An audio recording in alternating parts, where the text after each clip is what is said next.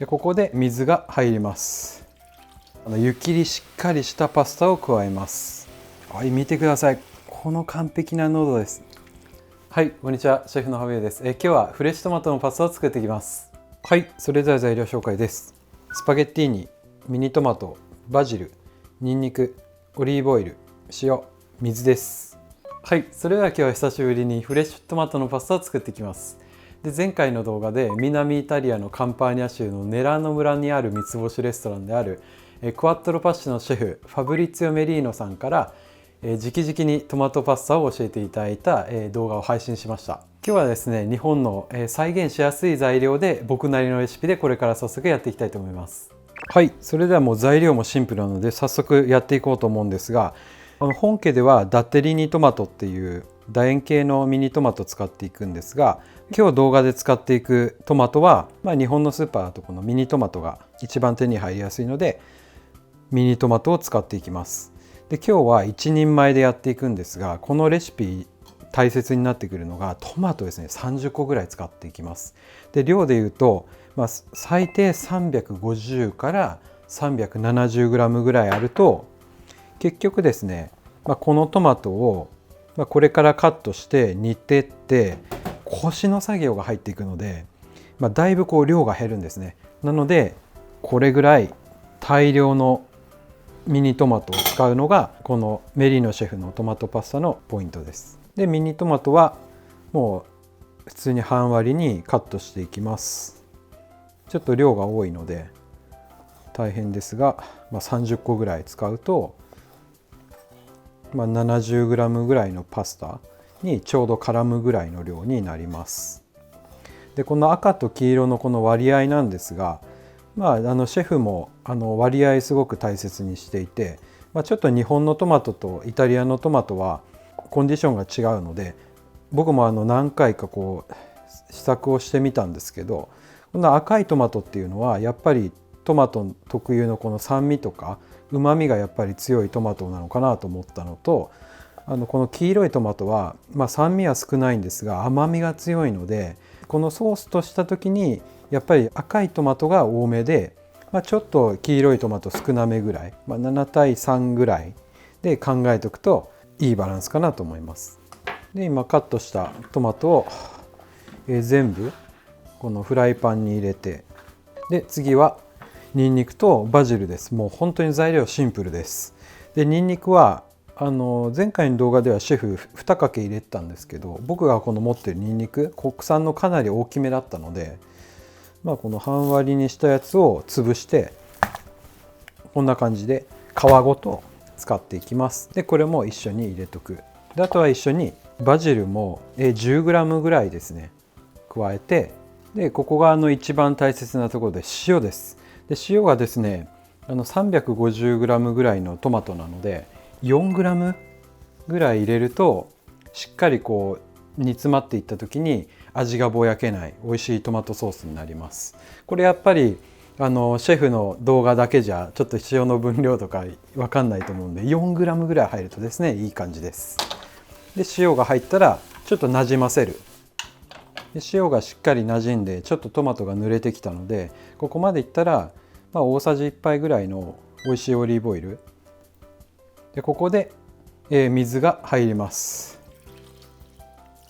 で水がですねちょうどトマトがひたひたな状態なんですが、これ量でいうと 500cc です。でここから火にかけていきます。でこの冷たい水からやっていく方法はイタリアでコールドスタートって言って、僕もずっと配信をしているんですけれど、イタリアでは出汁を取る時に冷たい状態から徐々に温度を上げていくっていう調理法をするんですが、その調理法をトマトに置き換えたのがシェフの作り方です。でまずはですね沸いていくまで火にかけていきます。はい、それでは今だいぶ沸いてきました。で火はですね、中火ぐらいで、じっくり香りを引き出すイメージで炊いてって沸かしていく。そうするともうイタリアレストランに行った時のもうトマトパスタのいい香りがするんですね。この中にトマトとバジルとニンニクとオリーブオイル入ってるので、もういい香りです。でいい香りがしてきたら何かやるということもなく、このまま、中火から強火の間で20分間煮出していくんですね。そうするとまだこの水の状態で全然かさが減ってない状態です。これが20分経つ頃にはですね、だいぶ水がなくなってくるんで、そこまで煮ていきます。でこれは感覚でいうと野菜だし取る時とかも一緒で、野菜だしは煮詰めないんですけど、じっくり20分ぐらいかけてですね、香りを抽出していくっていう、イタリア料理の考え方なんですかね。西洋料理の考え方で、炊いていきます。で残りの10分ぐらいになってくると水のかさが減ってくるので、そこまでいってきたらミニトマトをスプーンとかフォークとかで押してって、どんどんこの水の液体の中に濃度をつけていくっていう仕事をしていきます。はい、それでは今10分ほど煮ていったところなんですけど、さっきよりはちょっとこの液体に濃度が乗ってきた状態です。でここら辺からフォークとか、このちょっと穴開いたスプーンとか、これ使いやすいです。こういうので、トマトをトントントントントンっていって潰していきます。でこの液体の中に浸透させていくイメージで潰していきます。でこれ潰す時に一緒にニンニクもちょっと潰してあげると、ニンニクのパンチもソースにしっかり乗るので美味しいソースになりますよ。でまだまだこの状態で煮ていきます。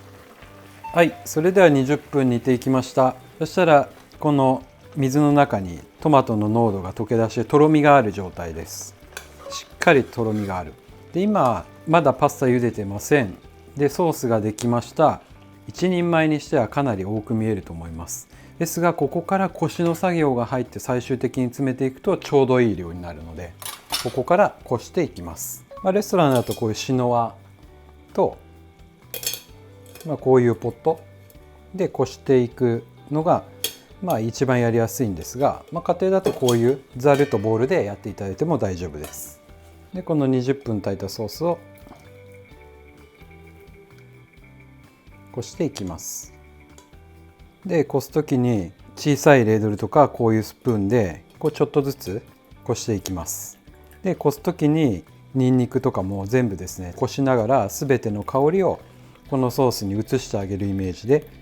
しっかりとこしていきます。でもこれぐらいまでしっかりとこしていくと、でこしたソースが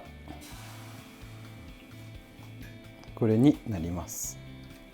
でまだこのソースの量は結構多いんですが、ここから最後ですね、この中でパスタを仕上げていくっていうのと、結構ソースの量がないと最終的に詰まった時に、ソースがなくて麺だけの状態になってしまうので、これぐらいのですねしっかりした量とこれぐらいの濃度が必要になります。でこした時に最終的に味を見て、ちょっと薄いなと思ったら塩を足す感じにします。はい、それではパスタ茹でていきます。で今日はソースがかなり繊細なトマトソースなので、ブロンズダイスの 1.7mm のスパゲッティにを茹でていきます。お湯の中には2リッターに対して 30g の塩が入ってます。茹で上がりの40秒前ぐらいになったらちょっとソースを温めておきます。はい、それでは麺が茹だったので合わせていきます。でソースが多いので麺の湯切りしっかりしたパスタを加えます。で沸いたこのソースを強火です。この中でパスタを少し煮ながらソースを煮詰めていくという作業です。でパスタはですね、理想なのは1分半ぐらいまだちょい硬な状態で引き上げて、この中で仕上げていきます。で強火で吸わせながら煮詰めていく。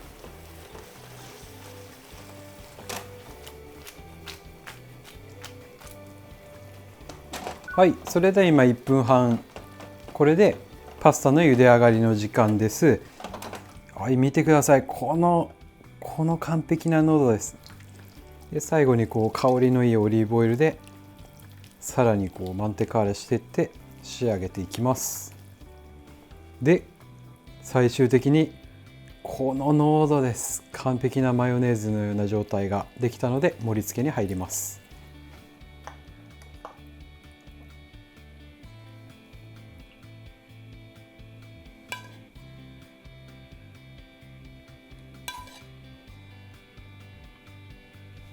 はい、これでファブリツィオシェフから教わったトマトパスタの完成です。はい、いただきます。